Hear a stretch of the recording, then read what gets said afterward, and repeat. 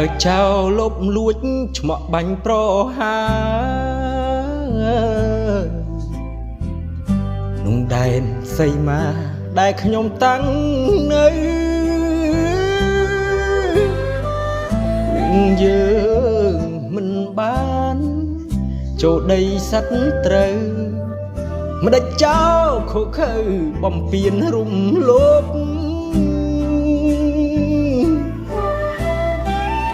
ម៉ោងភ្លឺទៅហើយស្នូបផ្ទុះអាវុធយុទ្ធមិត្តមោះមុតប្រយុទ្ធតបតបាញ់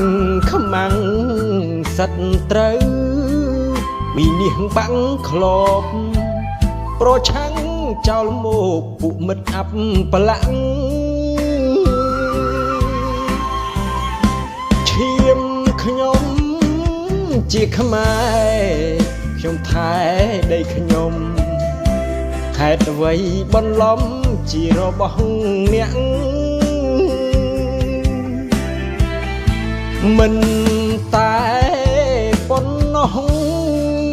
លួចបាញ់ពួនស្ទាំងរូបខ្ញុំបានស្មាំងពាំងលីជីវិតទឹកចិត្តកងទ័ពបដិញ្ញាការពីព្រំដែនសីមាគង់វង្សស្ថិតស្ថិតធៀមខ្លួនជាស្រេចចំពោះអង្គមិត្តហ៊ានបដូរជីវិតការពារទឹកដី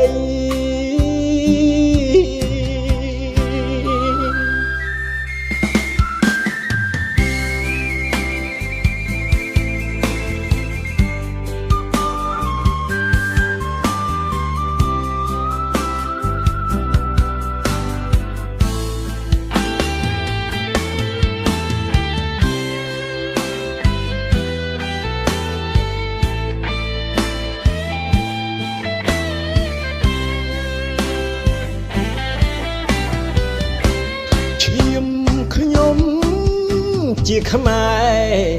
ខ្ញុំថែដីខ្ញុំហេតុអ្វីបន្លំជារបស់អ្នកមិនតែប៉ុណ្ណោះលួចបាញ់ពួនស្ទាំងរូបខ្ញុំបានស្មាំងពាំងលីជីវិតទឹកចិត្តកងទ័ពបដិញ្ញាការពីព្រំដែនសីមា